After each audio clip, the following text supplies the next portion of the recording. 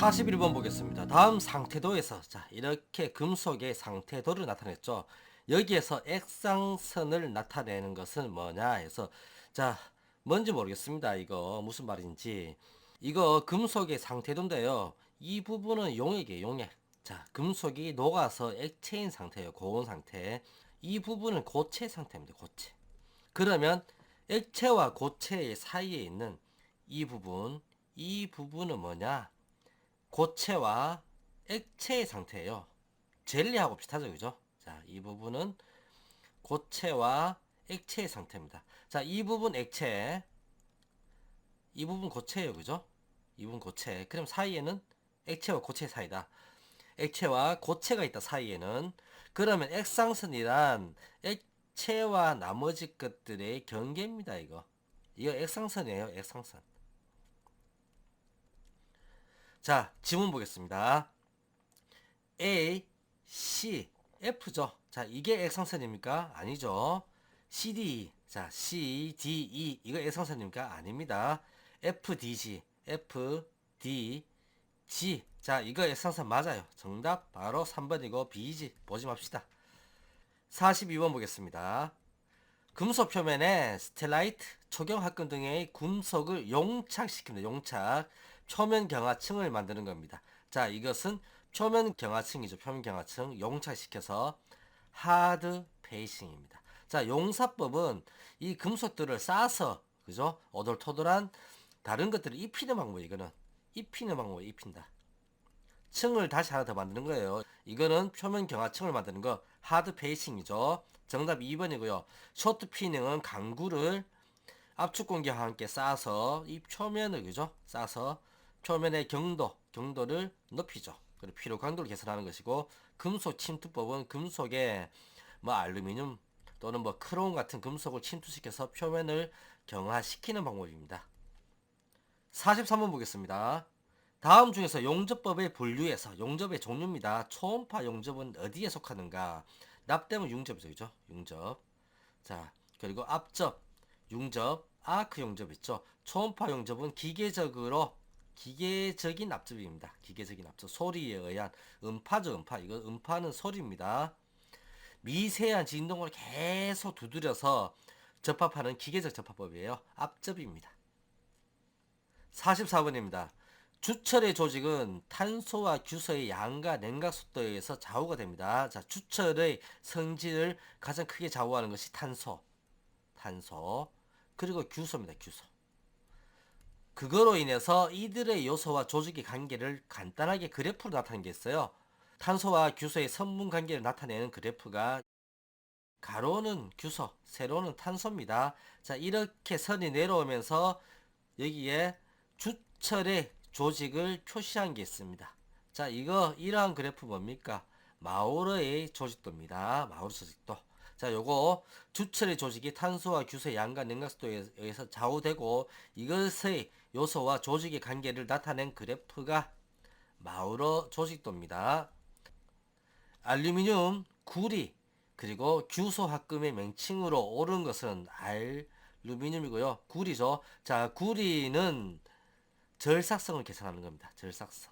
알루미늄 합금의 절삭성 개선을 위해서 첨가하고, 규소는 주조성을 개선하는 것입니다. 주조성. 자, 그래서 이거를 개선한 것이 그러한 알루미늄 합금이 뭡니까? 라우탈이에요. 라우탈. 2번 라우탈이 되고요. 이 라우탈은 열 처리가 가능한 알루미늄 합금이에요. 알루미늄 표면에 방식성이 우수하고, 자, 방식성이란 부식이 안 되는 거예요. 부식. 내식성과 동일한 얘기입니다. 방식성이 우수하고 치밀한 산화 피막이 만들어지도록 하는 방식 방법이 있어요. 자, 알루미늄 표면에 이 산화 피막은 뭐 철에서는 녹의 형태이긴 하지만은 알루미늄을 보호하는 표면에 알루미늄이 이렇게 있죠. 그러면 표면에 산화 피막이 이렇게 않습니다. 스테인리스도 마찬가지예요. 그래서 외부로부터 침입하는 다른 부식성 기체나 분위기를 막아줍니다. 그래서 알루미늄 본체를 보호를 해줍니다. 자, 이 산화피막 좋은 놈입니다. 알루미늄하고 스테인리스는. 자, 근데 이러한 산화피막을 만드는 방법이 어떤 게 있을까요? 아래 보시면 여러 가지 종류가 있죠. 세 가지 종류가 있어요. 아노다이징은 수산법, 항상법, 크로산법이 있습니다. 자, 이 방법이 아닌 것이죠. 자, 산화법 아니죠. 바로 아니고 수산법, 항산법, 크로산법 맞아요. 정답 1번입니다. 47번 보겠습니다. 다음 중에서 재결정 온도가 낮은 것은 가장 낮은 것이죠. 가장 낮은 거. 자, 찾아보겠습니다. 자, 주석 이거는 납과 함께 납도 마찬가지예요. 상온이 재결정 온도입니다. 자, 정답은 1번이 되겠습니다. 주석과 납은 상온이 재결정 온도로서 상당히 낮다. 요거 암기해 주시면 되겠습니다. 다음 중에서 하드 필드 강 이거는 고망간 강입니다. 망간.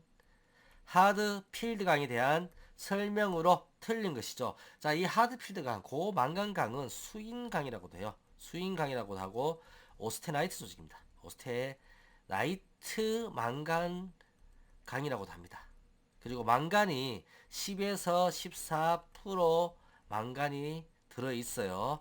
자, 오스테나이트 조직의 망간강이다. 맞죠? 성분은 10에서 14% 정도의 망간이 들어 있고 0.9에서 1.3%의 탄소가 들어있다. 맞아요. 이 강은 고온에서 치성이 생기지 않습니다. 그래서 600에서 800도씨에서 공냉한다. 이것도 안 맞아요. 급냉해서 경도를 높일 수가 있어요. 정답은 3번이고요. 4번 내말면성, 내충격성이 우수한 것이 오스테나이트 망간강. 자, 고망간강 하드필드 강이 되겠습니다. 하드필드죠. 하드필드. 내충격성이 우수하다.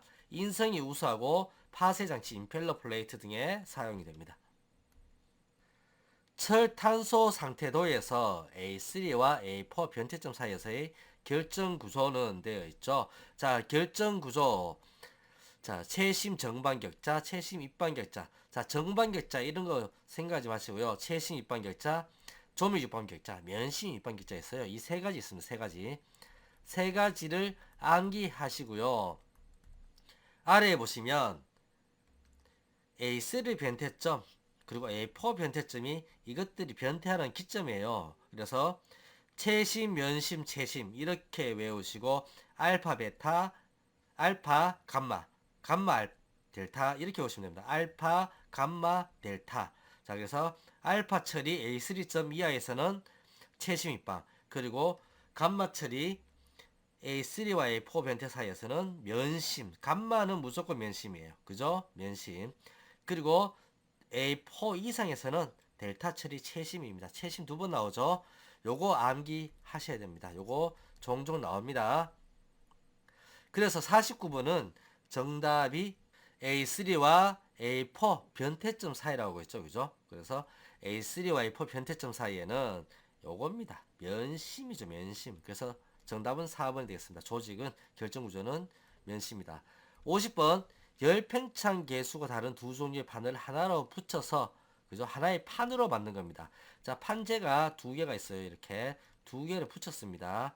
자, 열팽창 개수가 다르다 그러면 여기에다가 온도를 줬어요. 온도 주게 되면 이게 늘어나는 양과 이게 늘어나는 양이 다릅니다. 이 한쪽 부분을 여기를 붙였어요. 그죠? 여기를 붙이면 늘어나는 양이 다르기 때문에 어떻게 됩니까? 붙어 있다가 나중에는 이렇게 떨어집니다. 나중에는 이렇게 턱 떨어지게 됩니다. 떨어지기 때문에 전기를 떨어뜨릴 수가 있어요. 전기를 떨어뜨려서 스위치로 사용할 수가 있습니다. 스위치. 이런 경우가 뭐냐? 라는 문제인데요. 온도 변화에 따라서 희거나 그 변형을 구속하는 힘을 발생해서 온도 감응 소자 등에 이용되는 것은 이것은 바이메탈이에요. 바이메탈. 바이메탈 암기하세요. 바이메탈이고요. 자, 이러한 성질을 사용하는 것이 어디에 있습니까? 전기 다리미. 전기 다리미. 가열 받았을 때 끊어주죠. 이렇게 열팽창을 원리를 이용을 해서. 그리고 전기 밥솥 있죠.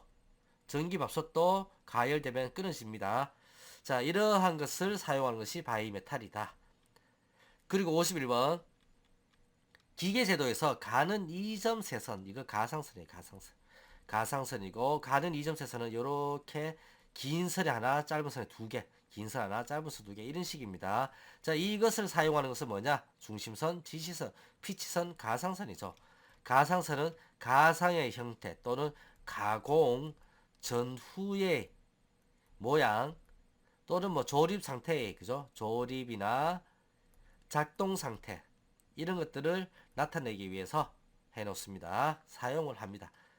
50번 나사의 종류에 따른 표시 기호가 옳은 것은 이죠. 자, 나사의 종류에 따른 표시 기호가 옳은 것은 M은 미터 사다리꼴 나사입니까? 삼각 나사예요. 미터 삼각 나사. UNC는 미니추어 나사입니까? 아니에요. 유니파이 나사입니다. 유니파이.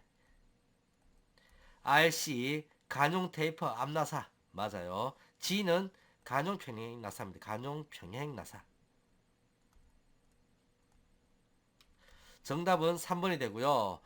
왼쪽에 오른쪽에 그죠? 제가 왼쪽에 말씀드렸는데 오른쪽에 여기 보시면 나사의 종류 나와 있어요. 요거 암기를 해 주셔야 됩니다. 암기.